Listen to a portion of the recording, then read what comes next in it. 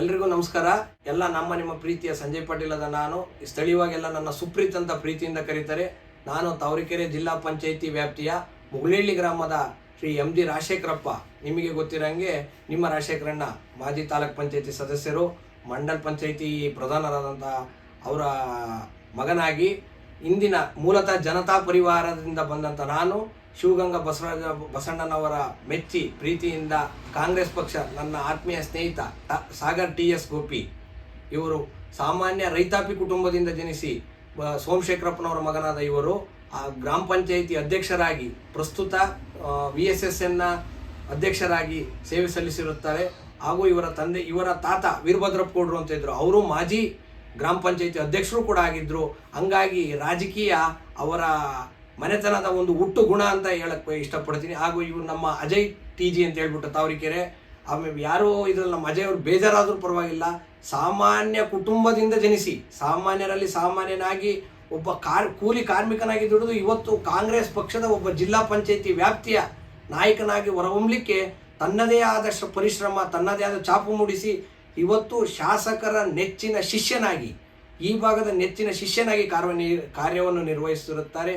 ಹಾಗೂ ಈ ಭಾಗದ ಎಲ್ಲ ನಮ್ಮ ಕಾಂಗ್ರೆಸ್ ಬಂಧುಗಳು, ಎಲ್ಲ ನಮ್ಮ ಹಿತೈಷಿಗಳು, ಶಿವಗಂಗಾ ಬಸಣ್ಣನ ಅಭಿಮಾನಿಗಳು ಎಲ್ಲರೂ ಸೇರ್ಕೊಂಡು ಮುಂದೆ ಬರ್ತಕ್ಕಂಥ ಪ್ರತಿಯೊಂದು ಚುನಾವಣೆಗಳನ್ನು ಹೇಗೆ ನಾವು 2023ರ ವಿಧಾನಸಭಾ ಚುನಾವಣೆಯಲ್ಲಿ ನಾವು ಹೇಗೆ ಸೋಲಿಸಿ ಒಂದು 16,800 ಅಂತರ ಮತಗಳಿಂದ ಗೆದ್ದಿದ್ದೀವೋ, ಅದೇ ರೀತಿ ಬರ್ತಕ್ಕಂಥ ಗ್ರಾಮ ಪಂಚಾಯಿತಿಗಳು, ತಾಲೂಕ್ ಪಂಚಾಯಿತಿ, ಜಿಲ್ಲಾ ಪಂಚಾಯಿತಿ, ಸ್ಥಳೀಯ ಸಂಸ್ಥೆಗಳು, ಈಗಾಗಲೇ ತಾವು ಮಾಧ್ಯಮದವರು ತಮಗೆ ಗೊತ್ತಿರುತ್ತೆ, ಈಗಾಗಲೇ ನಾವು ನಡೆದಿರ್ತಕ್ಕಂಥ ಎಲ್ಲ ಸಣ್ಣ ಪುಟ್ಟ ಚುನಾವಣೆಗಳು, VSS ಚುನಾವಣೆಯಲ್ಲಿ ನಾವು ಜಯಶೀಲರಾಗೇ ಬರ್ತಾ ಇದ್ದೀವಿ. ಈ ಭಾಗದಲ್ಲಿ ಮುಂದೂ ಜಯಶೀಲರಾಗ್ತೀವಿ.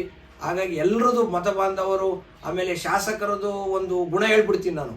ಎಲ್ರಿಗೂ ಯಾವತ್ತೂ ಯಾರಿಗೂ ದೇವರು ಕೊಟ್ಟಿದ್ದಲ್ವಂತೆ, ತಾನು ಪಡೆದಿದ್ದಂತೆ. ಹಂಗಾಗಿ ನಮ್ಮ ಶಾಸಕರು ಒಬ್ಬ ಸಾಮಾನ್ಯ ಒಬ್ಬ ಅಸಿಸ್ಟೆಂಟ್ ಡೈರೆಕ್ಟ್ರು, ನಿಮಗೆ ಗೊತ್ತಾಗುತ್ತೆ ಮೀಡಿಯಾದವರಿಗೆ, ತೋಟಗಾರಿಕೆ ಇಲಾಖೆಯ ಒಬ್ಬ AD ಮಗನಾಗಿ ಶಾಸಕರ ಪಟ್ಟಕ್ಕೇರಕ್ಕೆ ಅವರ ಶ್ರಮ ಆ ದೇವ್ರಿಗೆ ಗೊತ್ತು, ಆ ಭಗವಂತ ಗೊತ್ತು ಆ ಶ್ರಮ ಎಷ್ಟು ಪಟ್ಟಿದ್ದಾರೆ ಅಂತ ಹೇಳ್ಬಿಟ್ಟು.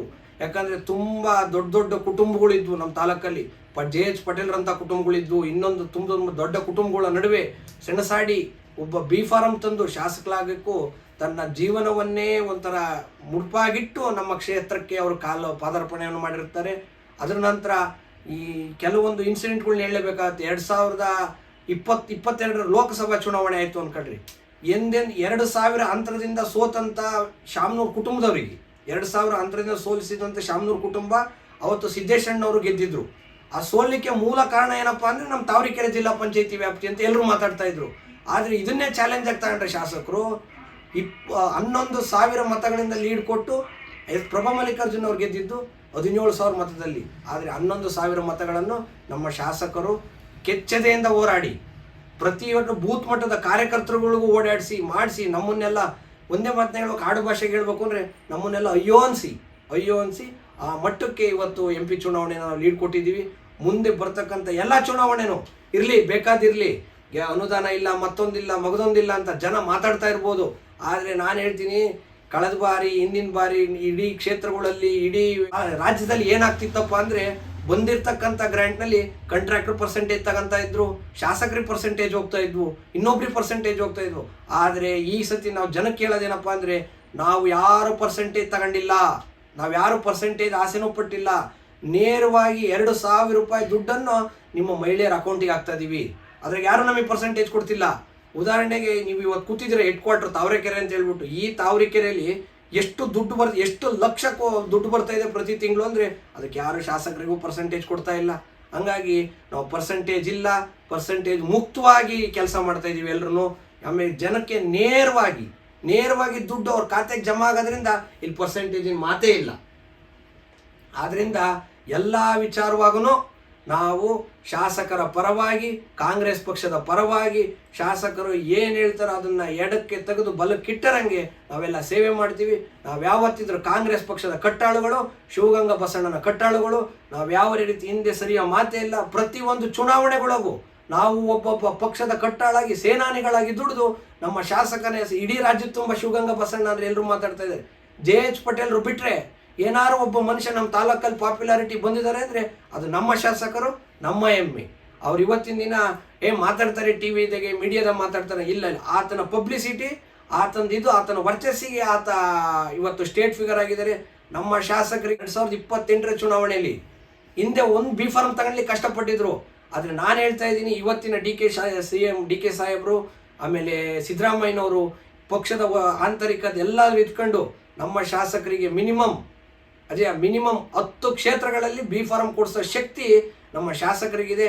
ಹಂಗಾಗಿ ನಮ್ಮ ಶಾಸಕರಿಗೆ ಯಾವುದೇ ಕಾರಣಕ್ಕೂ ಎದೆ ಗುಂದಲ್ಲ, ಕುಗ್ಗಲ್ಲ, ಏನೇ ಬಂದರೂ ನಾವು ಹೋರಾಟ ಮಾಡ್ತೀವಿ. ಶಾಸಕರ ಪರವಾಗಿ ನಾವು ಯಾವತ್ತೂ ಇದ್ದೇ ಇರ್ತೀವಿ. ನಾವು ಯಾವತ್ತಿದ್ರು ಕಾಂಗ್ರೆಸ್ ಪಕ್ಷದ ಕಟ್ಟಾಳುಗಳು, ನಾವು ಯಾವತ್ತಿದ್ರು ಶಿವಗಂಗನ ಬಸವಣ್ಣನ ಮನುಷ್ಯರು. ಈ ಸಂದರ್ಭದಲ್ಲಿ ನಾವೇನು ಹೇಳಬೇಕು ಅಂತಂದರೆ, ತಾವರೆಕೆರೆ ಗ್ರಾಮಸ್ಥರು ನಮ್ಮನ್ನು ಆಯ್ಕೆ ಮಾಡಿದ್ದಾರೆ. ಅವರು ನಮ್ಮ ವ್ಯಕ್ತಿಗತವಾಗಿ ನಮ್ಮ ಸಿದ್ಧಾಂತವನ್ನು ಒಪ್ಪಿ ನಮ್ಮನ್ನು ಆಯ್ಕೆ ಮಾಡಿರ್ತಾರೆ. ಆ ವಿಶ್ವಾಸ ನಾವು ಇಲ್ಲಿ ತನಕ ಉಳಿಸ್ಕೊಂಡಿದ್ದೀವಿ, ಮುಂದೆನೂ ಉಳಿಸ್ಕೊಂತೀವಿ. ನಮ್ಮ ಶಾಸಕರು ನಮ್ಮ ಹೆಮ್ಮೆ ಅಂತ ನಮ್ಮ ಸಂಜು ಅವರು ಹೇಳಿದರು.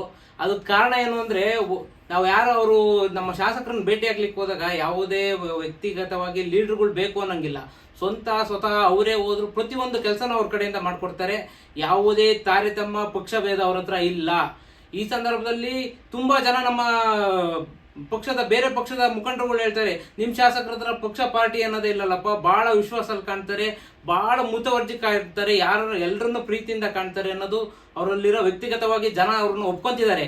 ನಮ್ಮ ಪಕ್ಷವಾಗಿ ಸಿದ್ಧಾಂತಿಕವಾಗಿ ಹೇಳ್ಬೇಕು ಅಂದರೆ ಗ್ಯಾರಂಟಿ ಯೋಜನೆಗಳಲ್ಲಿ ತುಂಬಾನೇ ಜನಕ್ಕೆ ಅನುಕೂಲ ಆಗ್ತಾ ಇದೆ. ಇದನ್ನ ಟೀಕೆ ಟಿಪ್ಪಣಿಗಳು ಸಹಜವಾಗಿ ಇದ್ದೇ ಇರುತ್ತೆ, ಅದೇನು ತೊಂದರೆ ಇಲ್ಲ. ಟೀಕೆ ಟಿಪ್ಪಣಿ ಮಾಡೋರು ಅಲ್ಲೇ ಇರ್ತಾರೆ, ಮುಂದೆ ಹೋಗ್ತಾನೆ ಇದ್ದಾರೆ. ಆ ಮುಂದೆ ಹೋಗ್ತಿರೋದ್ರಲ್ಲಿ ಕಾಂಗ್ರೆಸ್ ಪಕ್ಷ ಯಾವತ್ತು ಮುಂದೆನೇ ಇದೆ. ಇವತ್ತು ಬೇರೆ ರಾಜ್ಯದ ಚುನಾವಣೆಗಳೆಲ್ಲ ನೋಡ್ಕೊಂಡ್ರೆ ನಮ್ಮ ಕಾಂಗ್ರೆಸ್ ಕೊಟ್ಟಿರ್ತಕ್ಕಂಥ ಗ್ಯಾರಂಟಿ ಯೋಜನೆಗಳನ್ನೇ ಬೇರೆ ಸರ್ಕಾರದವರು ಬೇರೆ ರಾಜ್ಯಗಳಲ್ಲಿ ಅಡಾಪ್ಟ್ ಮಾಡ್ಕೊಂಡಿದ್ದಾರೆ. ಯಾಕೆ ಮಾಡ್ಕೊಂಡಿದ್ದಾರೆ ಅನ್ನೋದು ಅಲ್ಲೇ ಗೊತ್ತಾಗುತ್ತೆ. ನಮ್ಮ ಸರ್ಕಾರ ಬಹಳ ಸುದೃಢವಾಗಿದೆ. ಮುಂದಿನ 2028 ಚುನಾವಣೆಯಲ್ಲಿ ನಮ್ಮ ಸರ್ಕಾರಕ್ಕೆ ಜನ ಬಹುಮತ ಕೊಡ್ತಾರೆ. ಹಾಗೂ ಈಗ ಬರ್ತಕ್ಕಂಥ ಸ್ಥಳೀಯ ಚುನಾವಣೆಗಳು ಏನಿದಾವೆ ಇದನ್ನೆಲ್ಲ ಜನ ತುಂಬಾ ಪ್ರೀತಿಯಿಂದ ಕಾಯ್ತಿದ್ದಾರೆ. ಆ ಚುನಾವಣೆಗಳಲ್ಲಿ ನಮ್ಮನ್ನ ಗೆಲ್ಲಿಸ್ಕೊಡ್ಲಿಕ್ಕೆ, ಕಾಂಗ್ರೆಸ್ ಪಕ್ಷವನ್ನು ಬೆಂಬಲಿಸಲಿಕ್ಕೆ ಅದಕ್ಕೆ ಅಂತ ಜನ ಇದ್ದಾರೆ. ಆಮೇಲೆ ನಮ್ಮ ಶಾಸಕರ ಬಗ್ಗೆ ನಾವು ಹೇಳ್ಬೇಕು ಅಂತಂದ್ರೆ, ನಮ್ಮ ಶಾಸಕರು ಒಂದು ಸಣ್ಣ ಉದಾಹರಣೆ ಹೇಳಕ್ ಇಷ್ಟಪಡ್ತೀನಿ ಈ ಸಂದರ್ಭದಲ್ಲಿ. ನಮ್ಮ ಶಾಸಕರು ಯಾವುದೋ ಗ್ಯಾರಂಟಿಗಳು ಯೋಜನೆ ಒಳಗೆ ಸಿಗಾಕೊಂಡಿರೋದ್ರಿಂದ ಕೆಲವೊಂದು ಗ್ರಾಂಟ್ಸ್ಗಳು ಕೊಡೋಕ್ಕಾಗ್ದಲೆ ಮನೆ ಕೊಡೋಕ್ಕಾಗ್ತಿರ್ಲಿಲ್ಲ. ಈ ಸಂದರ್ಭದಲ್ಲಿ ನಮ್ಮ ಸ್ವಂತಕ್ಕೇನೆ ನನ್ನ ಕೈಯಿಂದ ನಾನು ಹಾಕಿ ಜನಕ್ಕೆ ಮನೆ ಕಟ್ಸ್ಕೊಡ್ತೀನಿ ಅಂತ ಹೇಳ್ತಕ್ಕಂಥ ಕೆಲವು ಶಾಸಕರಲ್ಲಿ ನಮ್ಮ ಶಿವಗಂಗಾ ಬಸವಣ್ಣ ಒಬ್ರು ಮೇಜರಾಗಿ ಒಬ್ಬರಾಗಿ ಉಳಿತಾರೆ. ಅವರು ಈ ಸಂದರ್ಭದಲ್ಲಿ ಏನು ಹೇಳಬೇಕು ಅಂತಂದರೆ, ನಮ್ಮ ಶಾಸಕರ ಬಗ್ಗೆ ನಮಗೆ ತುಂಬ ಹೆಮ್ಮೆ ಇದೆ. ಅವರು ಜನ ಟಿಪ್ಪಣಿಗಳು ಪ್ರತಿದಿನ ಮಾಡ್ತಿದ್ದಾರೆ, ಪ್ರತಿ ಕ್ಷಣ ಮಾಡ್ತಿದ್ದಾರೆ. ಇವತ್ತೇನಾದರೂ ಕಾಂಗ್ರೆಸ್ ಪಕ್ಷದ ಇತಿಹಾಸ ಅಂತಿದ್ರೆ, ದೇಶದ ಇತಿಹಾಸ ಏನಿದೆಯೋ ಅದೇ ನಮ್ಮ ಕಾಂಗ್ರೆಸ್ ಪಕ್ಷದ ಇತಿಹಾಸ. ಇವತ್ತಿನ ಸಂದರ್ಭದಲ್ಲಿ ಮುಂದಿನ ಚುನಾವಣೆಗಳಲ್ಲಿ ನಮ್ಮ ಶಾಸಕರು ಬೇರೆಯವರಿಗೆ ಅವ್ರ ಬಿ ಫಾರ್ಮ್ ತರದಿರಲಿ, ಬೇರೆಯವ್ರಿಗೆ ಕೊಡಿಸಿ ಜೊತೆಗೆ ಇವ್ರ ಜೊತೆಗೆ ಅವ್ರನ್ನು ಗೆಲ್ಲಿಸ್ಕೊಂಬರೋ ತಾಕತ್ತು ಅವ್ರ ಹತ್ರ ಇದೆ ಅಂತ ಹೇಳಕ್ಕೆ ಇಷ್ಟಪಡ್ತೀನಿ. ಸ್ಥಳೀಯ ಚುನಾವಣೆಗಳು ನೆಕ್ಸ್ಟ್ ಬರ್ತಾ ಇದೆ. ಅದಕ್ಕೆಲ್ಲ ಜನರು ಪ್ರೀತಿಯಿಂದ ಕಾಂಗ್ರೆಸ್ ಪಕ್ಷ ನಾವು ಬೆಂಬಲಿಸೋಕ್ಕೆ ನಾವೆಲ್ಲ ಜೊತೆಗೆ ನಿಂತಿರ್ತೀವಿ. ನಾವು ಅವ್ರ ಜೊತೆ ಹಿಂದೆ ನಡ್ಕೊಂಡಿದ್ದೀವಿ, ಮುಂದೇನೂ ಸಹ ನಾವು ಅದೇ ರೀತಿ ಅವ್ರ ಜೊತೆ ಹೋರಾಟ ಮಾಡ್ಕೊಂಡು ಮುಂದುವರಿಸ್ಕೊಂಡು ಹೋಗ್ತೀವಿ ಅಂತ ಹೇಳ್ತಾ ಈ ಸಂದರ್ಭದಲ್ಲಿ ಮಾತಾಡೋಕ್ಕೆ ಅವಕಾಶ ಕೊಟ್ಟಿದ್ದಕ್ಕೆ ನಮ್ಮ ಸುದ್ದಿವಾಣಿ ನಮಸ್ಕಾರ.